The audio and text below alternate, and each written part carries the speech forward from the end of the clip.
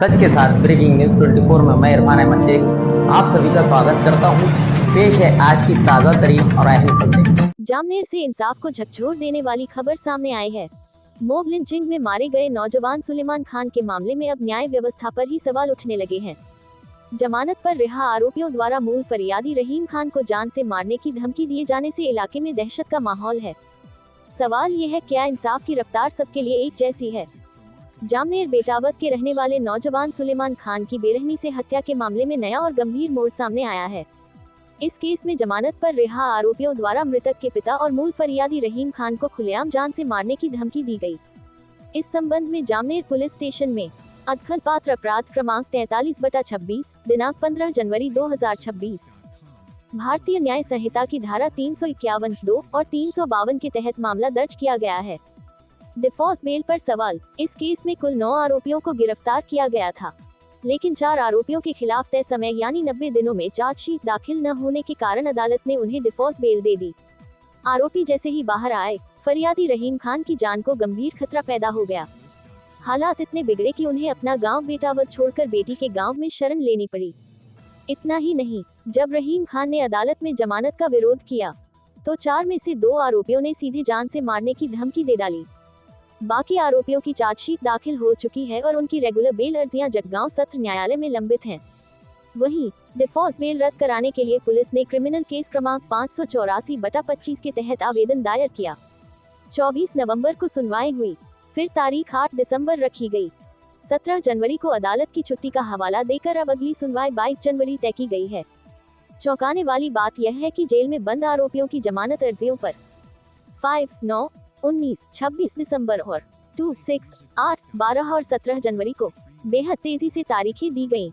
Default bell रद्द कराने के लिए महीनों की तारीखें और रेगुलर बेल के लिए 4-4 दिन में सुनवाई। क्या यही इंसाफ है? एकता संगठन की भूमिका। इस पूरे मामले को लेकर एकता संगठन की ओर से जामनेर कोर्ट, जगगांव सत्र न्यायालय और औरंगाबाद हाई कोर्ट में सख्त पैरवी की जा रही है। जगगांव में एडवोकेट शरीफ पटेल और औरंगाबाद हाई कोर्ट में एडवोकेट नसीम शेख मामले की पैरवी कर रहे हैं, जबकि समन्वय और लगातार फॉलोअप फारूक शेख कर रहे हैं। एकता संगठन के फारूक शेख ने कहा है कि अगर इंसाफ देर से मिले तो वह जुल्म बन जाता है। ये सिर्फ एक केस नहीं, बल्कि न्याय व्यवस्था की साख का सवाल है। एकता संगठन ने प्रशासन से 4 अहम मांगे रखी हैं। फरियादी रहीम खान को तुरंत पुलिस सुरक्षा देनी चाहिए। धमकी देने वाले आरोपियों पर सख्त कार्रवाई। डिफॉल्ट बेल को तुरंत रद्द किया जाए। जमानत प्रक्रिया में हो रहे दोहरे मापदंड खत्म हो। मॉब लिंचिंग के इस मामले में अब सवाल सिर्फ एक परिवार का नहीं, बल्कि पूरे सिस्टम पर भरोसे का है। देखना होगा कि अदालत और प्रशासन इंसाफ की कसौटी पर कब और कैसे खरे उतरते हैं। देखिए जलगांव से फरहान शेख की खास रिपोर्ट।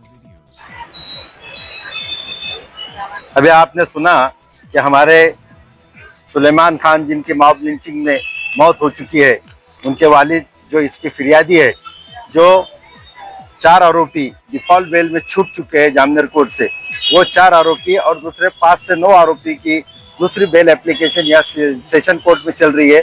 आपने सुना है कि इनको किस तरह से धमकी दी जा रही है।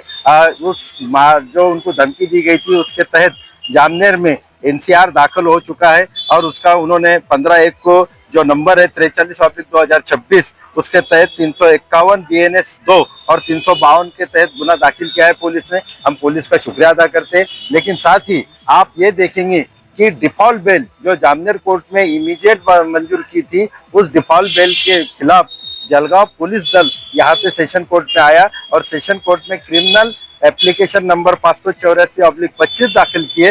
वो दाखिल करने के बाद 24 तारीख को उसकी सुनवाई हुई और इमीडिएट 24/11 से लेके डायरेक्ट 8/12 की तारीख दी गई, 1 महीने की तारीख दी गई उनका डिफॉल्ट बेल कैंसिल करने के लिए। आप देखो, सोचो, समझो। और जो उन्होंने 5 से 9 की एप्लीकेशन डाली है बेल एप्लीकेशन, तो उसमें देखे उन्होंने 5/12 को डालती साथ 9/12, 19/12, 26/12, 2/1, 6/1, 8/1, 12/1, 17/1 और अभी इमीडिएट 22/1।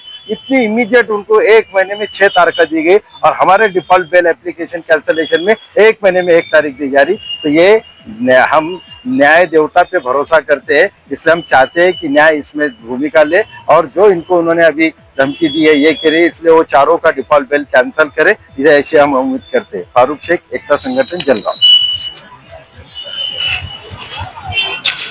इसी तरह की ताज़ा अपडेट देखने के लिए हमारे चैनल सच के साथ ब्रेकिंग न्यूज़ 24 को लाइक करें, शेयर करें, सब्सक्राइब करें और कमेंट करना ना भूलें।